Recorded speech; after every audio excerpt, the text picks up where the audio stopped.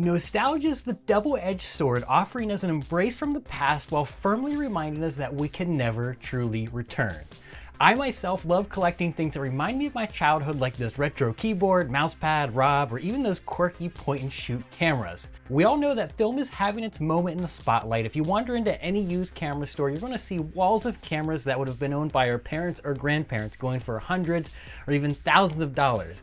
And I don't have any disdain for that. I think film is a great hobby for folks. Myself, I'm chomping at the bit for the new wide lux camera that Jeff Bridges is working to bring back. What currently has my interest are these handy cams. When I was growing up, my family had this huge VCR camera and I loved tinkering with it, and eventually we got a mini DV camera. Not too different than this one we have right here. I wanted to bring back all the retro vibes by picking this thing up and taking it with me on my next trip. I found this one on eBay for a steal. However, like many of these old DV handy cams, it's not in great shape.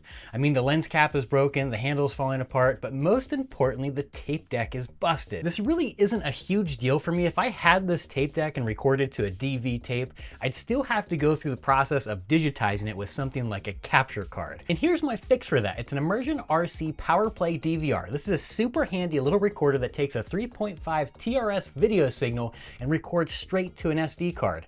At the time of purchasing this was about 160 bucks, and I think that's really pricey for what this is.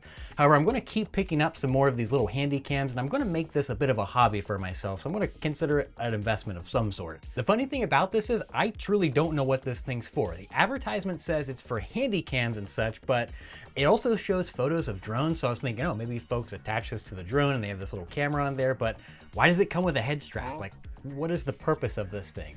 Either way, I think I'm missing the point, but it really doesn't truly matter.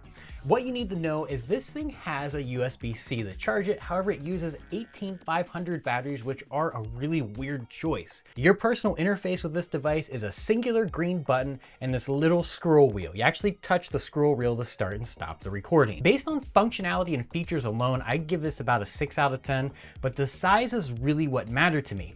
Check this out, and I want to give a huge shout out to this company called DevBuild. They make this little cold shoe mount that just attaches right to this guy, and then you can connect it to the cold shoe mount of your phone and get rolling. They didn't sponsor this video in any way, but their customer service was really good. I accidentally purchased the wrong cable for my system, and I emailed them shortly after, and the rep I spoke with was super quick to respond and super helpful.